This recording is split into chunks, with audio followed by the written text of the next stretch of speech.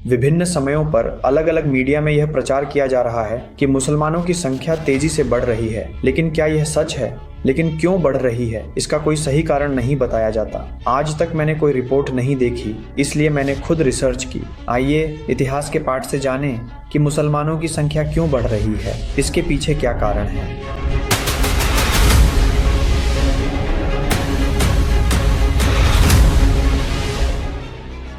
पहला कारण, जन्म नियंत्रण पर प्रतिबंध।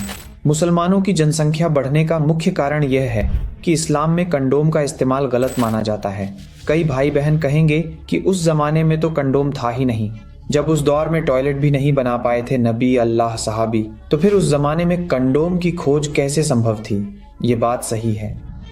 नबी के जमाने में कंडोम नहीं था। असल में यहाँ कंडोम से तात्पर्य जन्म नियंत्रण से है। इसे हराम कहा गया है। तंगी या गरीबी के डर से तुम अपने बच्चों को मत मारो।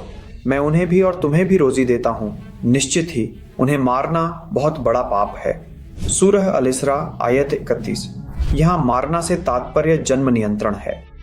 गरीबी के डर से बच्चे के जन्म के बाद उसे मारना और गरीबी के डर से बच्चे को दुनिया में आने ही न देना, दोनों ही इस आयत के अंतर्गत आते हैं। असली मालिक अल्लाह है, इसलिए यह सोचकर कि मैं उसे खिला पिला या पढ़ा नहीं पाऊंगा, इस डर से बच्चे की हत्या करना इस्लाम में मना है। मुसलमान इसलिए जन्म नियंत्रण नहीं करते, हजरत लोग भी नहीं करते, वे वाज में यही सुनाते हैं। कुरान में इस पानी की बात है, रफीक का मालिक अल्लाह है, इसलिए अगर बच्चे ज्यादा भी हों तो होने दो, अल्लाह ही खिलाएंगे पढ़ाएंगे। लेकिन सवाल यह है कि अल्लाह किस तरह से रिज़्क़ देते हैं।